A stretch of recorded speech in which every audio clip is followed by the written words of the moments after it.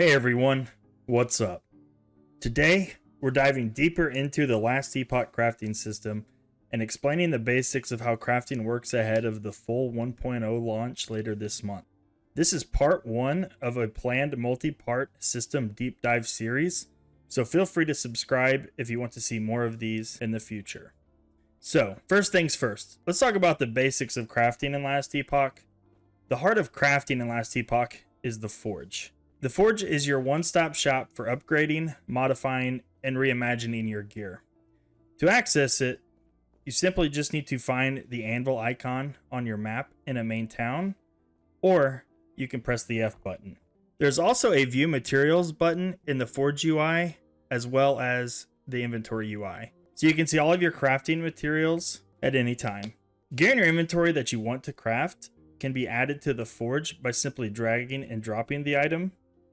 Or you can also click Shift and right click, and that will also add it to the Forge. One other good tip is if you hold Control and Alt while hovering over an item, you can see the crafting and item role information. This will be very helpful later in the video when understanding affix tiers and range roles for each tier. In Last Epoch, there are 3 primary crafting materials that you need to be aware of. The first and most basic materials are shards. There are several different types of shards, and each one corresponds with a specific affix. Shards are what you need to add the corresponding item affix to an item, or upgrade the tier of that affix if it is already present on the item. Shards can be found when killing monsters. It can also be gained by using specific runes, which is the second type of crafting material I want to discuss. There are currently 8 Modifier Runes in Last Epoch, with each one doing something different. Modifier Runes can be added to crafts to further enhance the craft you are attempting to do on an item. On top of Modifier Runes, the third and final crafting material to be aware of is Support Glyphs. There are currently 5 different Support Glyphs in Last Epoch, and similar to Modifier Runes, they are used to support and enhance the craft you are attempting to do. I will explain the different runes and glyphs later in this video. Now that we understand the basics of the Forge and the 3 different crafting materials in the game, let's discuss Forging Potential. In Last Epoch, Forging Potential is a property that all normal, magic, rare, and exalted items have, which is used at the Forge to perform crafting actions. Set items, unique items, and legendary items do not have forging potential and therefore cannot be crafted. Higher rarity items will generally drop with more forging potential, so exalted items are most commonly used for crafting later in the campaign and early endgame. Anytime you perform a crafting action, there is a forging potential cost, which is deducted from the total forging potential based on a random range. For this example, that range is between 1 and 14 forging potential. Once an item reaches 0 forging potential, it can no longer be modified at the Forge. Later in the video, I will explain a rune that can be used to potentially negate the forging potential cost for a crafting action, and will also explain critical success, which also negates the forging potential cost. So, now that we understand the basics of forging potential, what are the type of crafting actions you can use to modify an item? In Last Epoch, basic items can have up to 4 affixes, with 2 being prefixes and 2 being suffixes. If an item has less than 4 affixes on it, an additional affix or affixes can be added as long as you have enough shards required for that affix. On top of adding additional affixes, you can also upgrade current affixes, also requiring enough of the corresponding shards. Through crafting, the maximum tier for an affix is T5. Finally, the third primary crafting action you can do is changing a current affix randomly to a different affix from the same affix pool. This is done using a Glyph of Chaos, which I will elaborate further on in the Glyph section of this video. When performing a crafting action on an item, you have a chance to achieve a critical success. A critical success randomly upgrades the tier of an affix on the item in addition to the crafting action you were performing. A critical success does not cost any crafting materials or forging potential and cannot upgrade an affix that is already tier 5. The first of the support and modifier crafting materials I want to showcase are the support glyphs. These can be added using the Use a Modifier Item button in the Forge UI. As previously mentioned, there are currently 5 support glyphs in this game and are used to support the crafting actions you perform.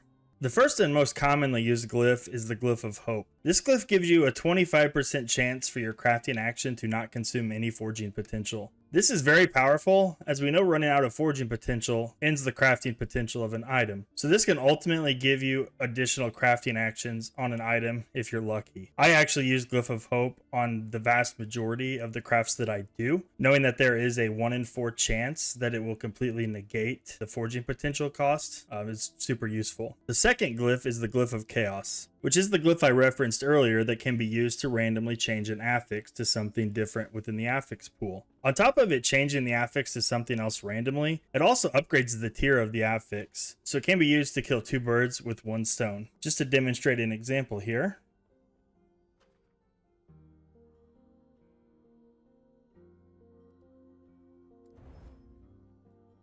The affix was changed to melee cold damage, and it also was raised from tier 1 to tier 2. Third, Glyph of Order is used when upgrading an affix, and the roll of an affix within its range is prevented from changing when it's upgraded. So if you have a maximum roll of a health affix, the Glyph of Order will preserve the maximum roll when it is upgraded to the next tier. Once again, if I hold Control and Alt over the item, you can see the range for each of the affixes, so you know if it's high or low. Glyph of Despair has a chance to seal an affix instead of upgrading it. If successful, the sealed affix is moved to its own slot, leaving its old slot open for you to add a new affix. A sealed affix cannot be modified, and an item can only have 1 sealed affix. This glyph is very useful for removing a bad affix on an exalted item, since they have a higher chance of success, and also will open up an extra affix slot. The final glyph is a Glyph of Insight, which I do not find to be very useful. This glyph actually changes a prefix into an experimental affix, but requires that the item type be gloves, boots, or a belt, and doesn't already have an experimental affix.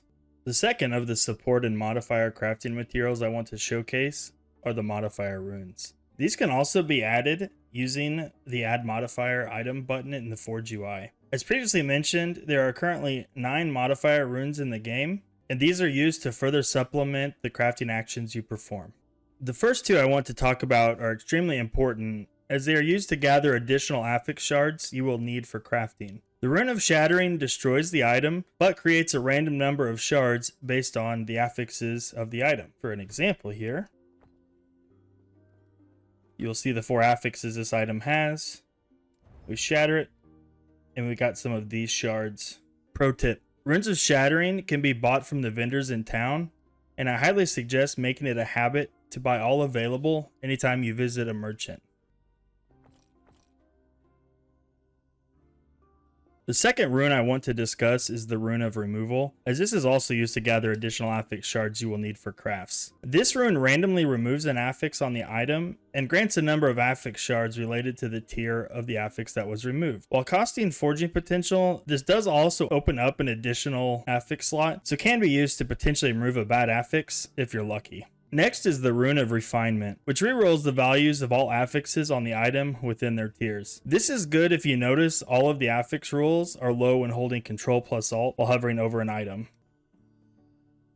Then there is the Rune of Discovery, which is great for early game and leveling. Rune of Discovery adds random tier 1 affixes to an item with open affix slots, meaning you can use this rune on a white base item and make it a rare with 4 free tier 1 affixes. To show you, White Cultist Blade, Rune of Discovery. Now it has 4 affixes.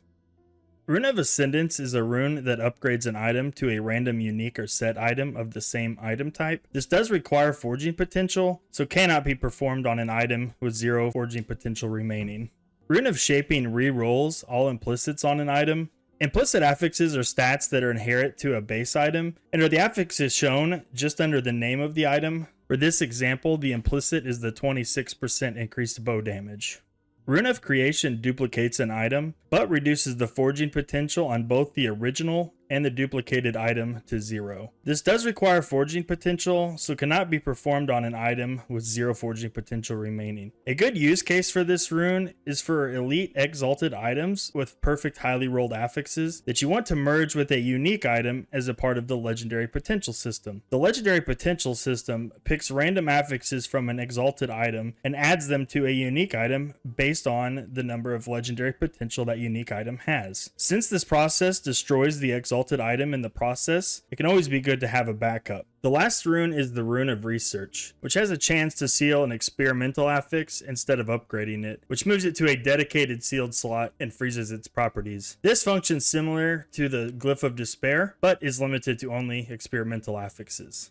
As you've seen in this video, crafting in Last Epoch has good depth while also being digestible for newer players. I hope this guide has been helpful in teaching you the basics of crafting ahead of the full 1.0 launch later this month. Until next time, happy crafting, and may your affix rolls be ever in your favor.